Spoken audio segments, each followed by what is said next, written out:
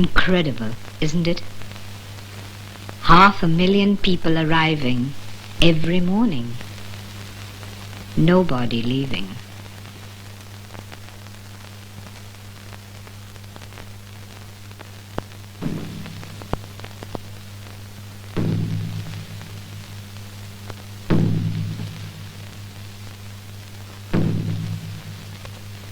From up there, they were just numbers.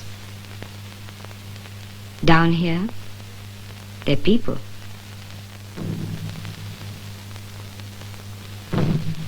Now we've got 2 platforms full.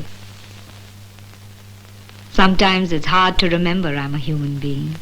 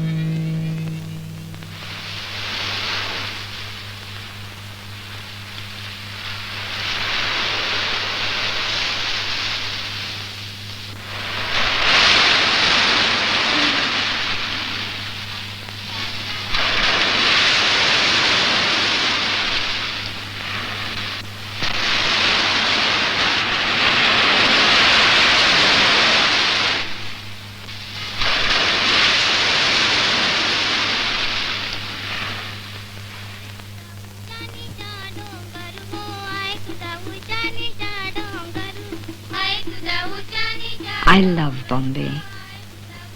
I love its setting, the beaches and the fishing villages of the Konkan coast.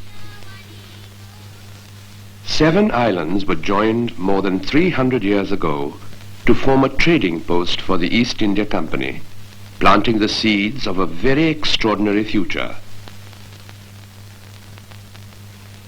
Bombay grew phenomenally, attracting people from all over the country, unleashing a staggering amount of initiative, energy, and imagination. When new technology came to Asia, more often than not, it came to Bombay. The dynamo generating all this growth was, of course, Bombay's magnificent harbour. The city soon established itself as one of Asia's finest ports.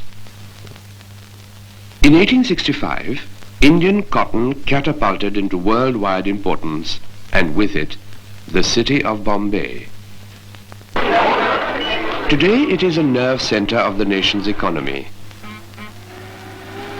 a clearinghouse of enormous vitality for the exchange of goods and skills and services, of shares and agricultural produce. Stretched out along the Arabian Sea, Bombay lies. A great metropolis of over 6 million people. Here at the southern end are located the headquarters of most of this country's commerce. Nearly half the entire revenue of the government of India comes from this one city.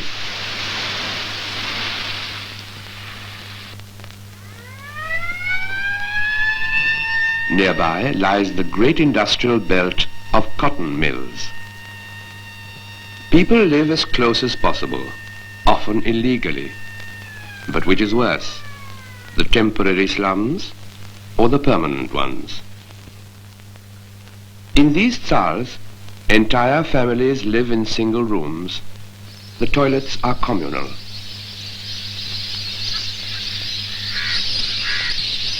There really isn't enough space for everyone, so men and older children sleep out under the open sky.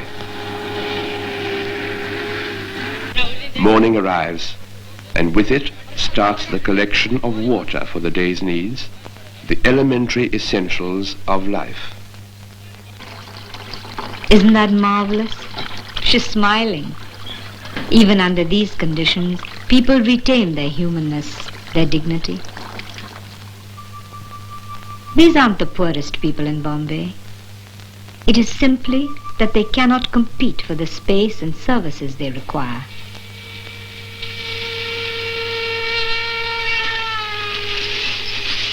From further and further north, the people come.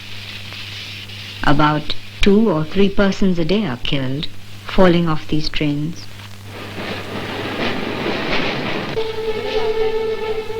People need transport to find jobs, so they live illegally around the station.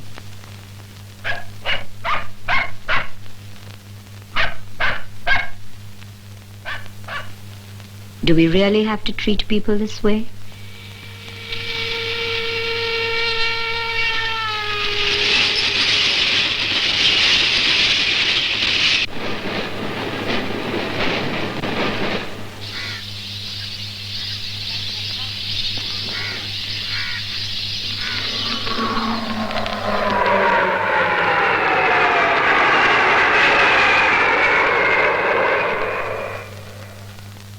Yes, Bombay is a great city if you're rich enough. But what if you're poor? Delhi, for instance, has 16 square meters of open space per person. Bombay Island has less than 2. And this includes the traffic islands.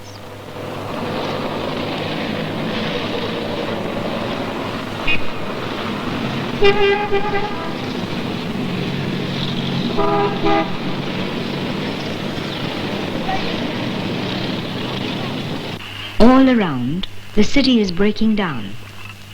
Through neglect, through overuse, through the sheer weight of numbers. The queues stretch for water, for buses.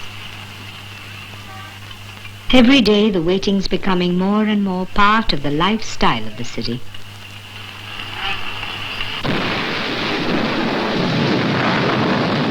The facts of the matter are brutally simple. You've got to be rich to afford Bombay. The city is really one long breakwater, protecting the harbour from the open sea. In the south, the jobs. In the north, the people's homes. Result: every day a massive flow of traffic southward in the morning, northward in the evening. Further result: escalating land prices, highest at the southern end of the city. As the land prices climb, the buildings grow taller. As they grow taller, they cost more, not only in money, but in things that we as a nation cannot afford, like steel and cement and high-speed lifts.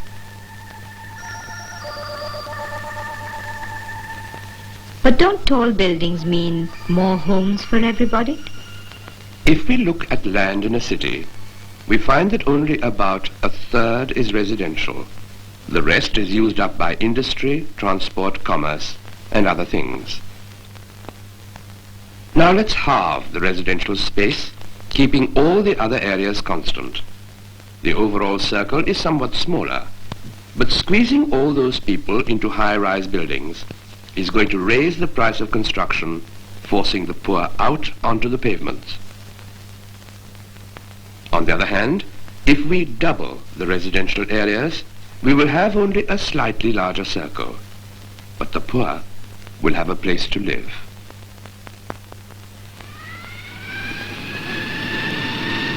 People want to be where the jobs are. Office jobs in Bombay are growing faster than factory jobs. And most of these office jobs are in the southern end of the city. Each new job adding to the pressure on trains and roads and parking space. Even the pressure on pavement space.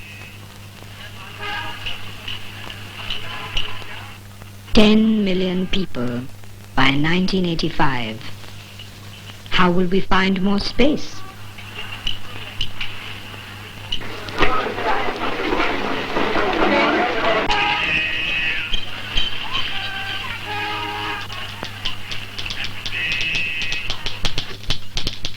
Offices don't work in a vacuum. They're closely related to transport and industry and finance. To shift office jobs, we must first find an area where these already exist. Across the harbour, there may well be such a possibility. First of all, we have the new Thane Creek Bridge, along which will run the national highway to the hinterland of Maharashtra. Secondly, there is the new industrial belt from Thane to Belapur. Thirdly, the new docks at Nhava Sheva, which will have a larger capacity than the existing docks in the old city. The interaction of these particular inputs could generate a new commercial center like the one started on those 7 islands over 300 years ago. Almost 500,000 people in Bombay are government employed. Every job moved will help Bombay, as well as the new office center across the harbour. Each government job triggers off 5 other jobs, forming the basis for New Bombay, the city of 2 million being planned and developed across the harbour. In 1970, government notified this entire area for acquisition.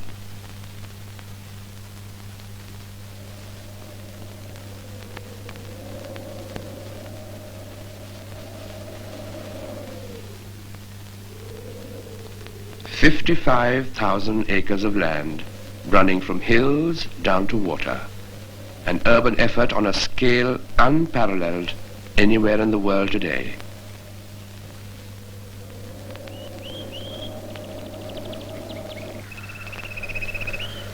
Here, in this land, the future of 2 million people, where even the poorest must have a place and a space to live. Already a start has been made. The Thane Creek Bridge has been opened to traffic. The industrial belt near Thane employs today over 20,000 persons and will grow to over 50,000 in the next few years. Konkan Bhavan for various state government departments is nearing completion. And at Vashi, the first development for 50,000 persons is under construction.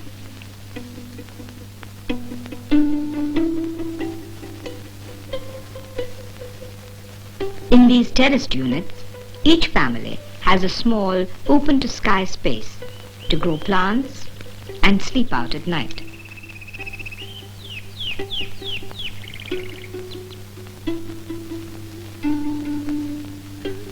All this housing is located within 5 minutes walk of a mass transport station, so you won't need a car to get around the city.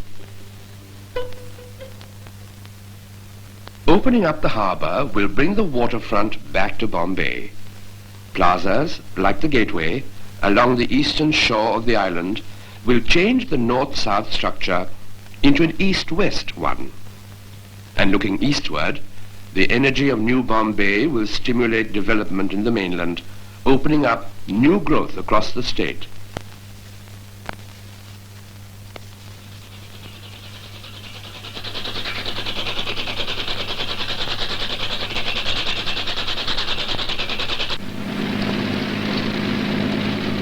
Water will once again become the focal point of the whole system, providing communication between the various centers.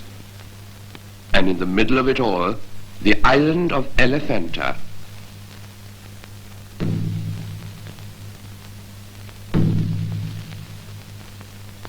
An umbilical cord that takes one back 1,000 years.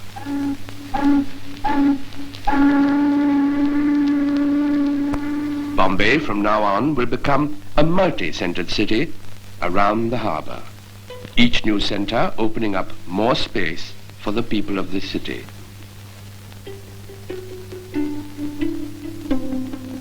This is a unique opportunity that involves courage and decision.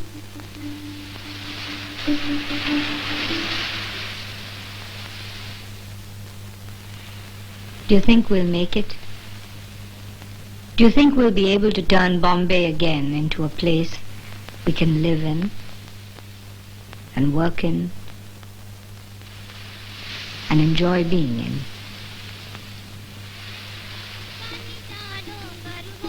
I often think of this city, what it was, what it is.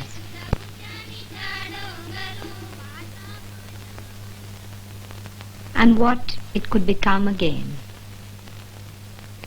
That finest of things, a city on the water.